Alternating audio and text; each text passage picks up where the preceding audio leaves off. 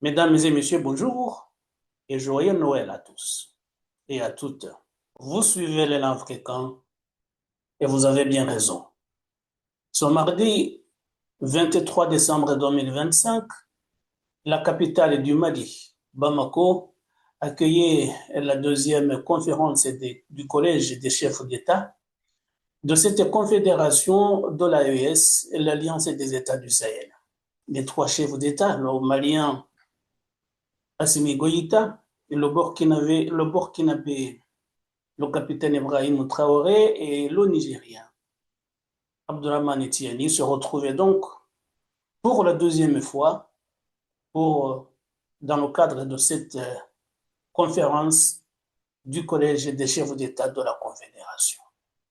Il disait d'ailleurs que les travaux de cette conférence ont marqué le début de ce qu'ils appellent l'an 2 de la Confédération. Et ce qu'on a retenu, c'est que cette confédération, normalement, était dirigée pour la première année par le président malien Assimi Goïta, qui donc, à l'occasion, a passé le relais au capitaine Ibrahim Traoré du Burkina Faso. C'est lui maintenant qui préside cette confédération de l'Alliance des États du Sahel.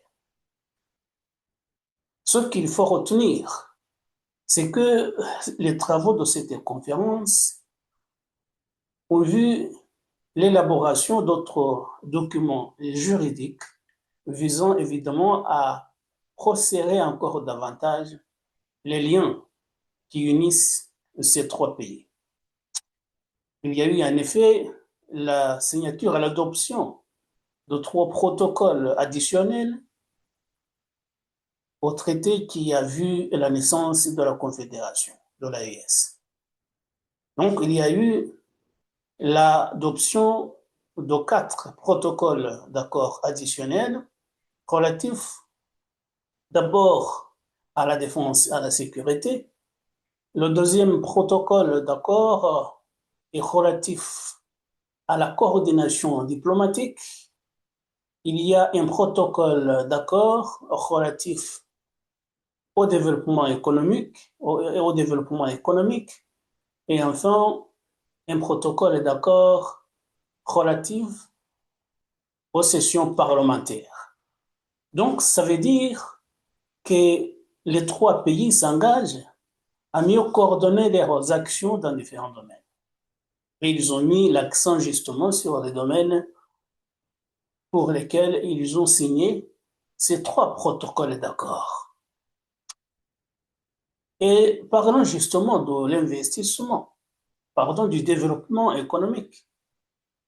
Les trois pays ont décidé de créer la banque de l'AES, la banque de développement et d'investissement, qui a vu le jour et déjà qui est fonctionnaire.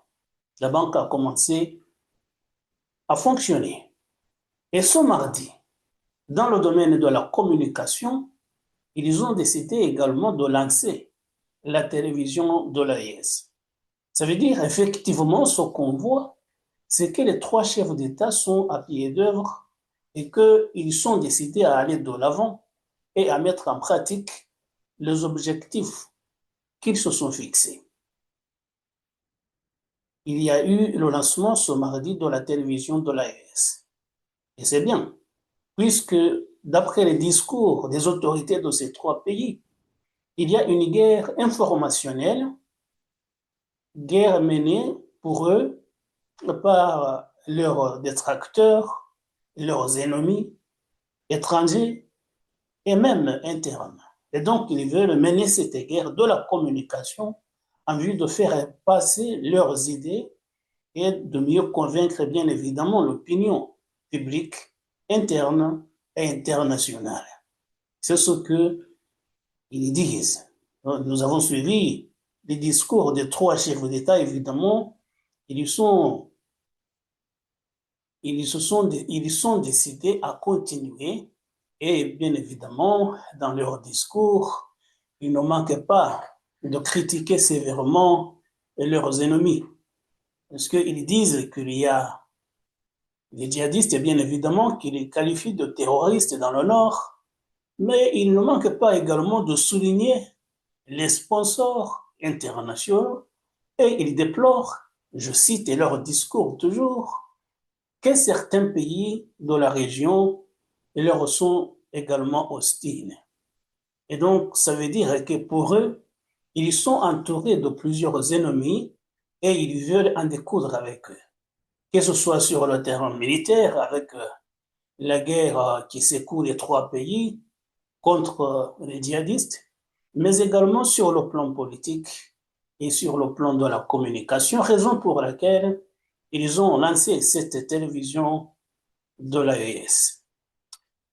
Mais quand nous avons suivi les discours, nous avons été surtout frappés par les propos qu'a tenus le capitaine Ibrahim Traoré, le président du Burkina Faso, qui est désormais également le président de cette confédération de l'AES.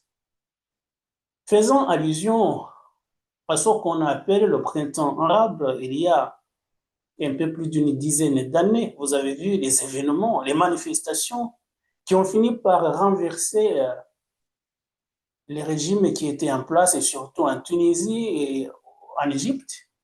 Donc, on a qualifié ces mouvements de printemps arabe. Et en y faisant allusion, justement, le capitaine Ibrahim Traoré a dit clairement qu'il craignait l'hiver noir. L'hiver noir, ça veut dire qu'il y a des ennemis des pays étrangers, mais également les pays de la région de l'Afrique de l'Ouest qui voudraient qu'il y ait ces mouvements au sein de l'AES et que les régimes en place au Burkina Faso, au Mali, au Niger, soient renversés à part des mouvements populaires. Et c'est ce qu'il a qualifié d'hiver noir. Vous avez certainement tous déjà entendu parler du printemps arabe. Ce phénomène qui a bouleversé la géopolitique du monde arabe, en commençant par le Maghreb, en Afrique et jusqu'en Asie, qui s'est manifesté avec des conséquences souvent désastreuses, des morts et des divisions par endroits, et des bouleversements politiques sans précédent dans d'autres endroits. Et je pense que tous les Africains devraient comprendre qu'est-ce que c'est que ce phénomène, d'où il vient, et qu'est-ce qu'il faut faire pour se prémunir d'un tel phénomène. Malheureusement, nous sommes au regret de constater que certains Africains ne se réveillent pas. Et ce que je vais dire n'est que ma pensée à moi, mon analyse, c'est qu'il y a quelque chose qui vient sur l'Afrique de l'Ouest, que j'ai appelé l'hiver noir. Bien évidemment, c'est ce qu'il craint. Il n'a pas dit qu'il y a des tentatives, même si les trois chefs d'État ont souligné ensemble qu'il y a toujours des tentatives de déstabilisation de leur territoire. Et donc, ça veut dire ceux qui veulent déstabiliser le territoire des pays de l'AES voudraient également, s'ils en avaient les moyens, voudraient également, bien évidemment, utiliser ces moyens de manifestation pour renverser les régimes qui sont en place, et sachant que, bien évidemment, dans les trois pays, les dirigeants sont arrivés également en poste par le biais des coups d'État, ça veut dire par des coups de force. Et d'ailleurs, vous avez vu qu'ils sont accusés, à peine, ils sont accusés par certains observateurs d'être également derrière la tentative de coup d'État qui a été déjouée récemment au Bénin. Et d'après certains, bien évidemment, qui s'expriment sans avancer de preuves, certains disent que lors de cette conférence du Collège des chefs d'État de l'AES, il était prévu, si le coup d'État du Bénin avait réussi, il était prévu que le colonel Pascal Tigri, auteur de ce coup d'État déjoué, devait déclarer officiellement que le Bénin devenait membre de l'AES. Ce sont des supputations, on ne sait pas si c'est vrai. Mais je lis quelque part, surtout sur les réseaux sociaux, les gens qui avancent de telles affirmations, bien évidemment, il faut prendre avec des pincettes, puisqu'il n'y a pas de preuves. Et il n'y a pas de communication officielle de la part du Bénin qui accuse les pays de l'AES d'avoir été derrière la tentative et du coup d'État manqué. Dans tous les cas, donc, on a compris qu'il y a un climat encore de tension dans la région entre les pays de l'AES et certains pays, surtout membres de la CEDEAO, la communauté économique des États de l'Afrique de l'Ouest. Il y a un climat de tension et il n'y a pas de confiance visible entre les pays. Donc, il y a des groupes qui sont là, l'AES, la CEDEAO, même si parmi les membres de la CEDEAO, il y a également des pays qui nourrissent une sympathie non dissimulée à l'égard de l'AES. Quoi qu'il en soit, ce que nous voulions souligner, c'est ces propos du capitaine Ibrahim Traoré qui a dit qu'il craignait l'hiver noir, ces mouvements qui viendraient renverser les pouvoirs en place. Évidemment, il faisait allusion au printemps arabe. Mais vous savez également qu'il y a d'autres mouvements maintenant qui sont en cours, comme Gen Z, la génération Z, qui secoue certains pays et d'ailleurs qui a fini par renverser, un mouvement pareil a renversé le pouvoir d'André Rajoelina à Madagascar. Ça veut dire donc que tout cela attire l'attention des dirigeants en place dans tous les pays africains surtout, mais surtout dans les pays qui sont dirigés par les pouvoirs militaires, auteurs et aussi des coups d'État. C'est le cas, bien sûr, du Burkina Faso. Et c'est pour cela que le capitaine Ibrahim Traoré exprimait de telles craintes. Et je pense qu'il a raison. Et bien évidemment, s'il l'a dit, il n'appelait pas au secours, mais il appelait tout simplement ses camarades, ses homologues maliens et nigériens à prendre des mesures pour éviter que cela arrive. Évidemment, quand il l'a dit en public, c'était également pour reprendre l'opinion à témoin, pour que l'opinion comprenne que les dirigeants sont conscients de ce qui peut arriver. Et surtout que dans cette salle où se tenait la conférence du Collège des chefs d'État de l'AES, il y avait un public bien trié sur le volet, on le voyait, puisque c'était surtout des fanatiques. Les gens qui applaudissaient surtout le capitaine Ibrahim Traoré, a été très, très ovationné. Ça veut dire que c'est des gens, des militants en réalité, pro-régime en place, qui avaient été choisis pour assister à ce sommet et qui applaudissaient évidemment à tout vent. C'était des militants, ça se voyait.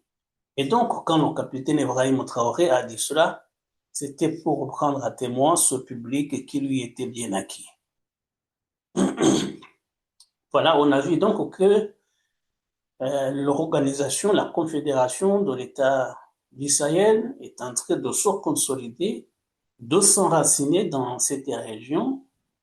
Mais ce qu'on a compris, c'est que également il y avait des fragilités. Raison pour laquelle, d'ailleurs, le capitaine Ibrahim Traoré aussi exprimait ses craintes. C'est que si jamais il y a un régime parmi les trois qui s'écroule, l'AES s'écroule également.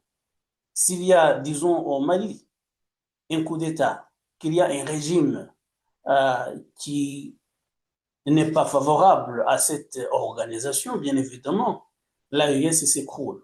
C'est pour cela que les trois sont en train de prendre des mesures sérieuses pour qu'aucun pouvoir ne tombe. Parce que si l'un d'entre eux s'écroule, c'est fini pour la confédération.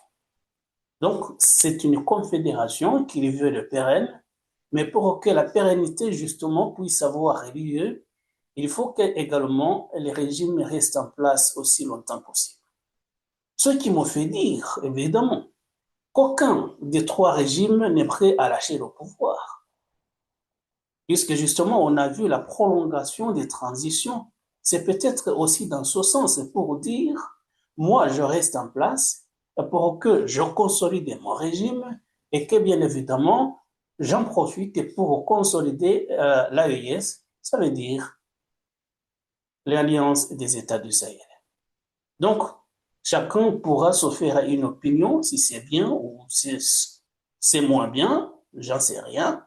Mais dans tous les cas, on voit que ce sont des dirigeants qui, qui sont là pour rester aussi longtemps possible. Et quand normalement cela est le cas, ça veut dire que quand les dirigeants ne veulent pas partir, il y a des tentatives et bien également pour d'autres prétendants à la magistrature suprême d'user de la force. Et c'est le risque justement que les trois dirigeants prennent. Voilà. Mesdames et messieurs, c'est juste ce que nous voulions évoquer aujourd'hui, le jour de Noël.